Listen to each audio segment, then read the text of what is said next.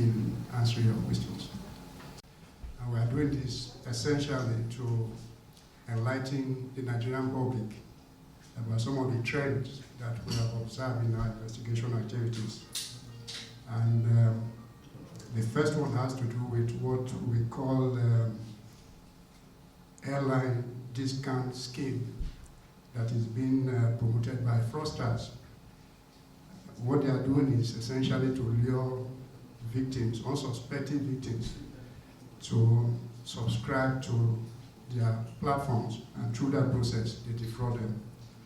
As I speak with you, over 900 Nigerians are falling victim of both this airline fraud and other investment schemes that we are currently investigating.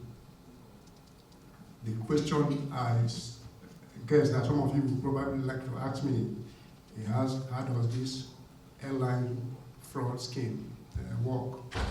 What they do essentially is to advertise a discount system in the purchase of flight tickets of a particular foreign carrier. And the payment module is designed in such a way that their victims will be convinced that the payment is actually made into the account of the airline. And no sooner is the payment made than the victims realize that their accounts have been wiped off. Initially, 7 victims came up to file complaints with the Commission. But in the course of the investigation, we discovered that over 700 people have been defrauded through this scheme. And a staggering amount of 651,900,755 naira have so far been lost through this scheme. That is the bad news. But the good news is that following our intervention, the Commission has been able to recover 33,628,000 naira, which we have returned to some of the victims. Investigation showed that this scheme is being masterminded by a foreign national. And what that national does is to recruit young Nigerians, empower them with a laptop and a special software to purchase accounts of unsuspecting victims that are being used to execute this fraud. And they launder the process of their crime through crypto wallets, which are moved there by right. That is for the the airline fraud scheme. The second fraud scheme that we are highlighting this morning has to do with a company that is called Fred and Farid Investment Limited. Simply, they call it FF Investment. Fred and Farid Investment Limited, or FF Investment. This platform lures Nigeria into bogus investment schemes, mostly pyramid schemes, and more than 200 victims. 200 people or 200 Nigerians are falling victims of this fraud scheme. And a total sum of 18,088,901,272 naira have been raked in through 9 companies. Some of these companies include Credio Banco Limited, Deliberty Rock Limited, Liam Chumex Global Service, Mgbeke Daniel Technology, Icons Autos and Import Merchant, New Pace Technologies Services Limited, Prime Pathways Ventures Limited, Kaka Synergy Network Limited, and Sunlight Tech Hub Services Limited. Also, foreign nationals are behind these schemes, and they also have Nigerian accomplices. Incidentally, some of the foreign nationals who are mastermind of this scheme are currently on the run, but we are on their trail. I also want to use, or the Commission want to use this opportunity, this platform, to draw attention to the role being played by banks and fintechs in the perpetration of some of these fraudulent schemes.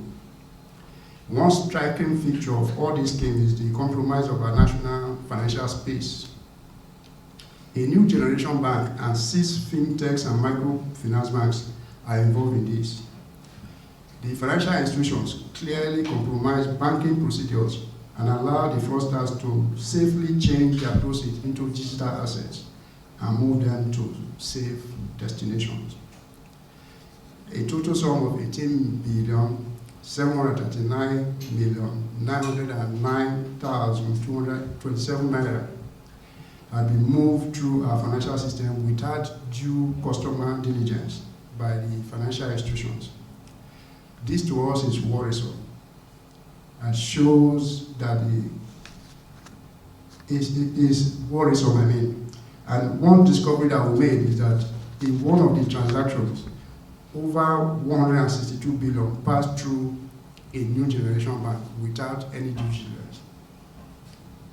Investigation also showed that a single account holder, a single customer, maintained 960 accounts in another bank, and all those accounts were used for fraudulent purposes. This, as far as we are concerned, is flagrant disregard for due process in the banking sector. The Commission is therefore calling on regulators to bring financial institutions to compulsory compliance with regulations in the area of know your customer, customer due diligence, and filing of suspicious transaction reports to necessary authorities. Deposit money bank, fintech, microfinance bank, and others found to be aiding and abetting fraudsters should be suspended and referred to EFCC for thorough investigation and possible prosecution. Negligence and failure to monitor suspicious and structured transactions by banks should no longer be allowed. The EFCC will continue to work assiduously to ensure that all fraudulent activities are deterred and the financial institutions are made to be accountable in terms of their adherence to regulations to prevent the economy from being subverted by fraudulent elements. On that note, I want to thank you for listening, and we'll then take questions. Thank you. So that is the briefing. With airline scam, sometimes they do harvest information from people and they make use of other people's BVN and other people's accounts. So the scheme is quite complex in a sense that sometimes people open accounts with their own BVN and they now hand it over to some of these people. Just like you mentioned, you said they recruit people to deal with, to get some of these accounts. And again, one of the things that we want to call on the central bank or the regulatory agencies is that they should restrict individuals from having a certain number of accounts. If one person has 960 accounts, that enough is suspicious. You understand? So it is not about only the BVN, but now you have the BVN and you have 960 accounts. Likewise, if somebody gives you a BVN today, opens an account and hands over that account to you, you make use of that account and anything you want to do because you have access to the account. So some of the schemes that we are seeing, they recruit people to even open accounts and they take over those accounts and make use of it. So BVN is important and need, but that again, it does not mean that only one BVN is being used, but rather they cultivate and harvest a lot of accounts from people that they recruit and perpetrate their crimes. Moving huge amount of money of this nature cannot be done by only one account. So they need many accounts for them to move those monies. This is for the BVN. I think I will allow what can maybe you talk about the new generation banks. But before you do that, it's going to be difficult for us to mention a particular bank because the investigation is still ongoing. In the last 1 year or so, the investigation has been ongoing. So from time to time, we get to know more banks that are involved in this. So if you just only call one bank for now, definitely to just put a new generation bank is involved, a microfinance bank is involved, and fintechs are involved. But in due course, we are going to announce, or we are going to make them public. Thank you. Will be made public in the course of the investigation as we advance. But to follow up also on your question of whether they have been interviewed, we have interviewed a lot of officials from that New Generation Bank, and they are helping us with information and the investigation. And in fact, the fintechs and microfinance bank, some of them were even detained and released in the course of investigation because of very serious investigation. If you heard what our director told you, the way it happened was very scary. You know, the information came, and then when we commenced investigation, it kept expanding as a lot of people were rushing into the commission and crying about what happened to them. So normally when we have this, we contact our nearest office in where that suspect is to say assist us. But in this regard, when we saw the number of people falling victim, we decided to raise a team immediately. And then they went to Ondo State, Akure, to arrest one of the principal suspects. And immediately when he was brought over to Abuja here,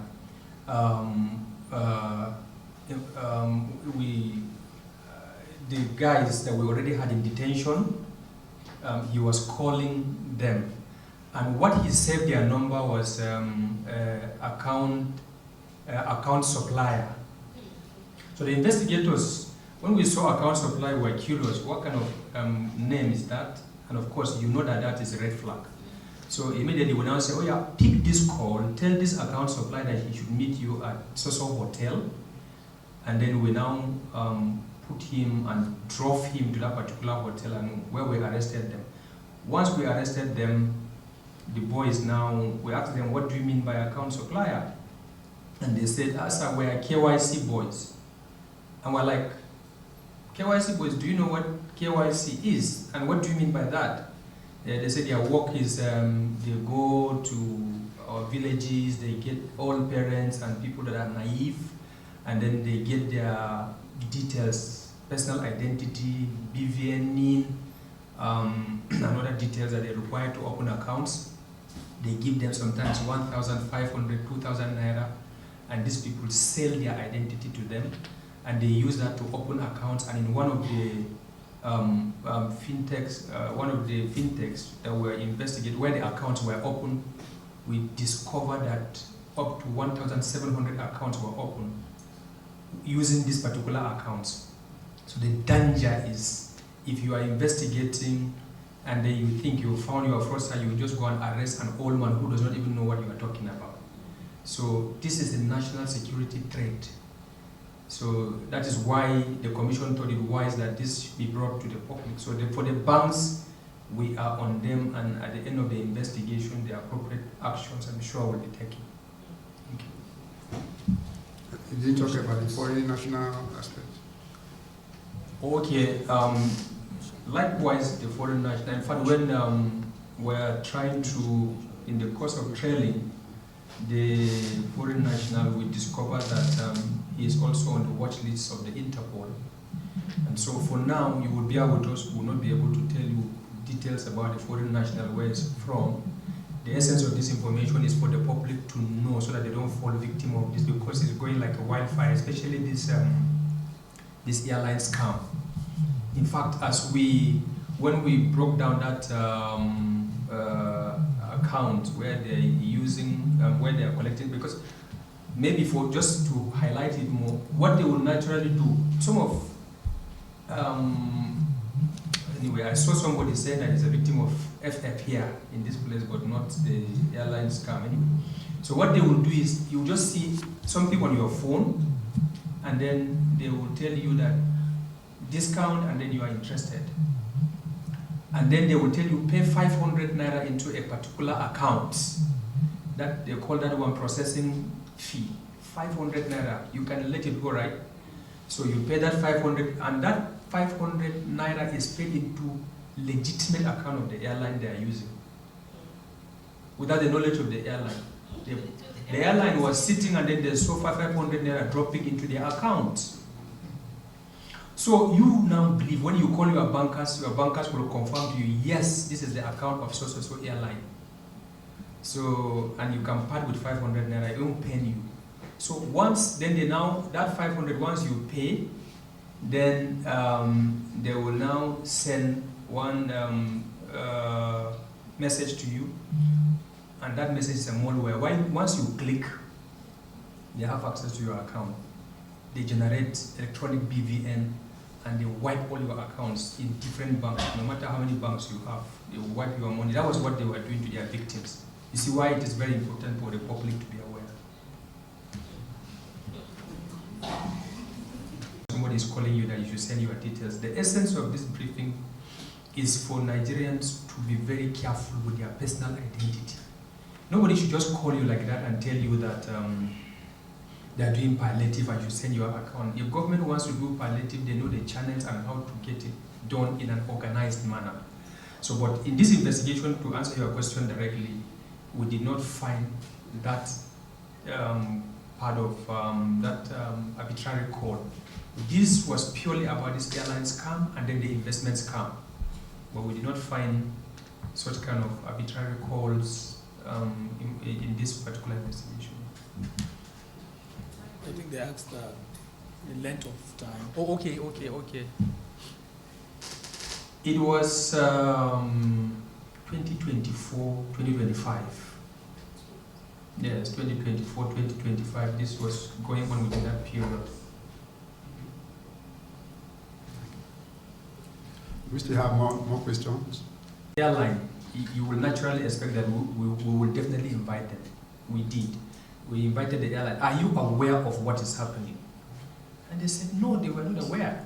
So we now told them that you have an obligation. We showed them this, and then we now said, well, you have an account, and you saw this amount of money dropping. Okay, they said that, yes, when they saw that money dropping, they didn't know how, and then they now, they said that they reported to Meta. We now told them that it's Meta your complainant. So, but what we did was, we told them that you have an obligation to save Nigerians. So we, they had to do a publication. They did a disclaimer on that, on this scam. They did that, and then we also directed them that that 500 naira should be reversed back to the accounts of the holders. That's what we did. Yeah. Details. I mean, any government grant or any government incentive or money that is going to give you, they don't normally send them through this medium. Normally there's going to be an advertisement or rather like a notice, and they will tell you the procedures to follow. But anytime you receive a text saying that you should fill your BVN, definitely you know it's not coming from government. And I think quite a lot. NCC at one point in time have been sending messages from time to time saying that whoever that asks you, even banks too, whoever that asks you for your BVN or account number, I mean, you should not disclose your identity, or you should not disclose those personal information. Unless if you are in doubt, to go to your bank or go to the agency. But anybody that sends you a text message saying that they are doing A, B, and C, and you should provide that information on that same platform, and definitely you should know that's a red flag. So that's the purpose of this our briefing today. We call all Nigerians to be very, very vigilant. Very, very vigilant.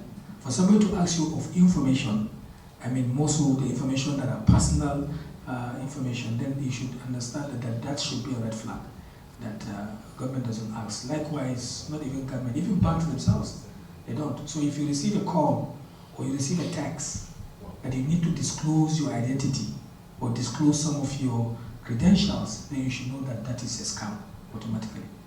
I'm sorry, maybe you need to do more investigation on that, because in where I'm living, even the pay study, those who collected the grant, but before you collect it, those information were asked and people need to fill it, and they were given just paltry amount of money. Yeah, but before they do that, was there any notice?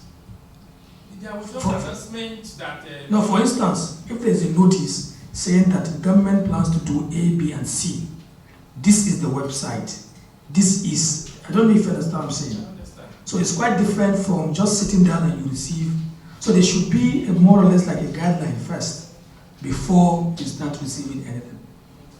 Yes, that one also could still serve as bait for people to fall into it. Because, for example, now... That is why we are calling on the members of the public to be very, very vigilant. You know, that's the best you can do in that regard, because for any government rule or programs, there are guidelines. Just like if you want to apply for a job, there are so many scams, websites where they advertise for jobs, right? But if indeed a government agency wants to advertise, they normally bring out a kind of a notice saying that interested applicants should go to this particular website, right? So if they send you a link that is not exactly the same with what the government says you should go and click, then automatically you're putting yourself at risk. So that's where more vigilance comes into being. But people take advantage, fraudsters take advantage of all these things. So we all need to be very, very careful, all of us, both the law enforcement, both members of the public, each and everybody. Because today, I mean, everybody's embracing information technology and doing some of these things. And it's quite easy, I mean, to fall a victim to these kind of scams. So for the airline, for instance, you know, they were bold enough to come out to say, look, I mean, we are not part of this, and they did a full page disclaimer on that. So, but even with that, some people will still fall victims, right? Because they will try to convince you, because a call will come and you click on thing. So we're calling on all Nigerians, I mean, to be wary of this kind of websites or links that they're not sure of. And also, again, they should be very vigilant too. Not only to yourselves, but also send this information to the people that you live around with. Thank you.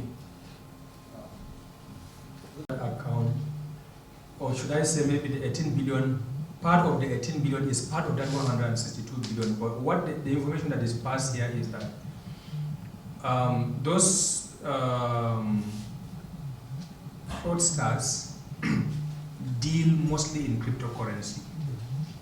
They use certain companies and then they're transacting on, they're changing the money into cryptocurrency and it's passing through this particular financial institution that was mentioned. So the 162 billion is a total amount of money that we saw that has passed through that financial institution. The sub amounts of the proceeds we are talking about are part of that.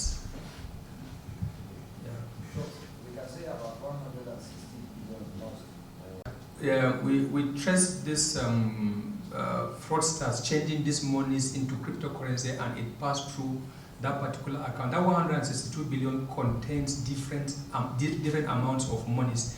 The 18 billion has been traced to proceeds of crime. The remaining part of that 162 billion is similar to that, and we're still investigating to know the sources of those particular, that made of that particular, because the pattern is exactly the same. I don't know whether it's clear. The pattern is exactly the same for the 18 billion, which is part of that 162.